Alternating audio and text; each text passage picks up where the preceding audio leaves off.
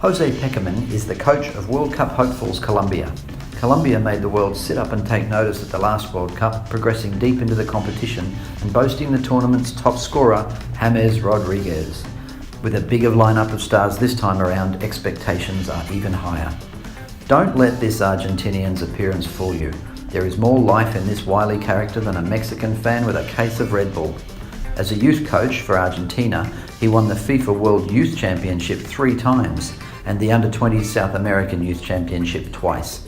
He coached the Argentinian national team to the quarter-finals in 2006's World Cup and became coach of the Colombian national team in 2012.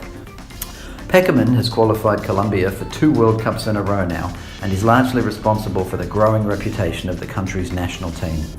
It hasn't been without controversy though. He's well known for his habit of experimenting with lineups and player combinations. While this has worked more often than not, when it goes wrong, the Colombian fans aren't happy.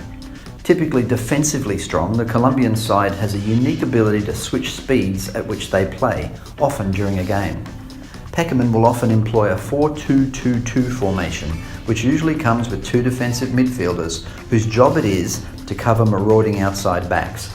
The tricky thing with Colombia is that the defensive midfielders are often given permission and have the skills to maraud themselves. It can give the impression of an overwhelming attack with lots of players forward.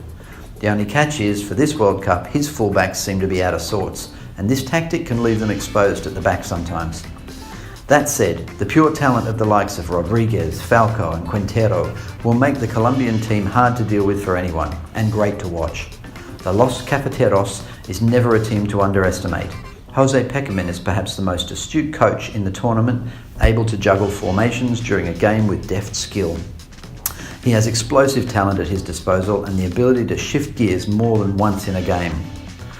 Possible problem: whether the players he has this time can adapt under pressure, and will the quick changes end up in confusion instead of agility? In many ways, a coach of this caliber almost needs a team that can keep up with him mentally. We won't know if this particular combination of stars can until they take the field. Their group in this tournament looks to be an easy one to predict, with Poland being the only team that could really threaten. If this team makes it past the quarter-finals this time, it will be Pekerman's wily skills as much as the young stars on the paddock.